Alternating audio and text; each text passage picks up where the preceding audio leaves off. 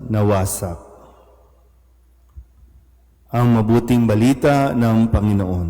Pinupuri ka namin, Panginoong Heso Kristo. Isang magandang umaga po sa inyong lahat. Magandang umaga po, Father. Ngayon po ay Huwebes, sa unang linggo sa panahon ng Adbiento. Kung ating pong i-evaluate yung ating mga sarili, lalo pa sa inyo po na halos araw-araw nakakapagsimba, gaano po ang sabihin natin naaalala ninyo sa mga salita ng Diyos na atin pong naririnig sa tuwing tayo po ay nagsisimba? Kung evaluate mo ang iyong sarili, gaano ka nakatibay pagdating dito?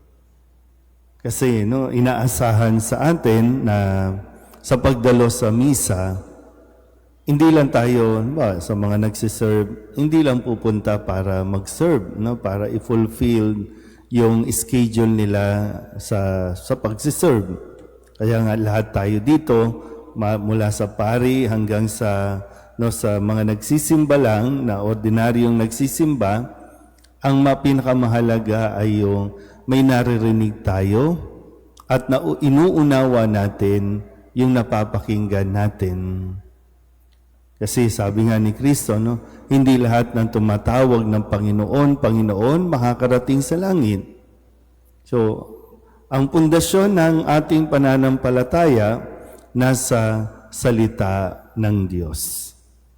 At yung salita ng Diyos, minsan may mga pagkakataon, hindi natin ito nauunawaan, hindi natin naiintindihan.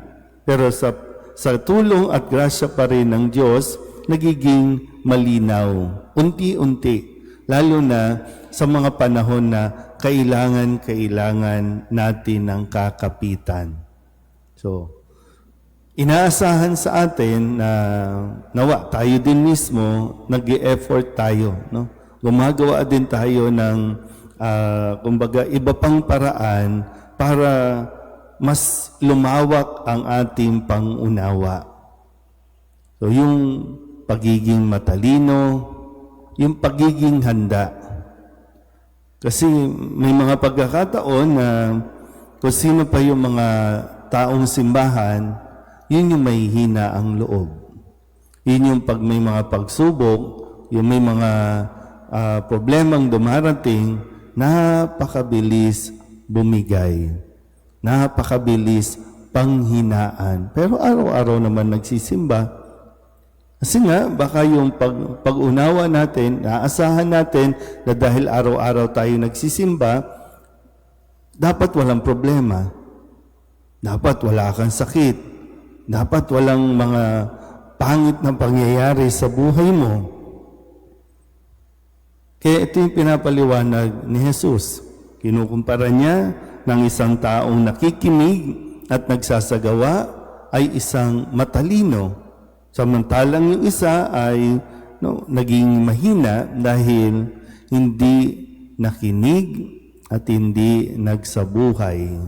Kaya parang pinaka-basic na kailangan natin kapag dadalo tayo dito, yung marunong tayong makinig. Doon mo nagsisimula, makinig. At kung anong napakinggan mo, yan yung magpapatibay ng iyong pananampalataya.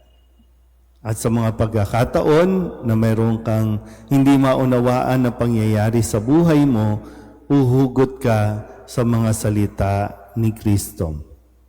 Dahil kung pagbabasihan din naman natin, lahat naman naranasan ni Kristo. Maging ang panunokso ng demonyo, dinanas niya at ipinakita niya kung paano ito haharapin, kung paano ito mapagtatagumpayan. Yung mga basic natin, kung mayroong mga away sa iyo, ano ang dapat mong gawin? Kung may manloloko sa iyo, ano ang dapat mong gawin? Lahat nandiyan dyan. Kaya may mga pagsubok sa buhay natin para makita nga.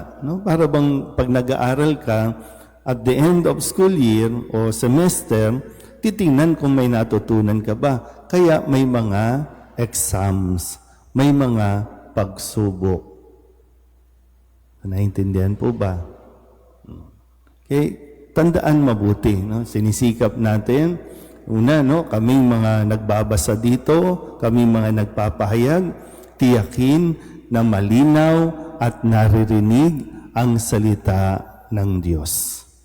Dahil dito nakasalalay din kung ang lahat ba ng pumapasok dito, pag umuwi, pag umalis, may maalala ba sila?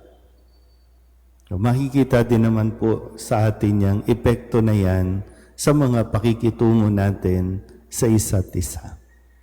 Amen?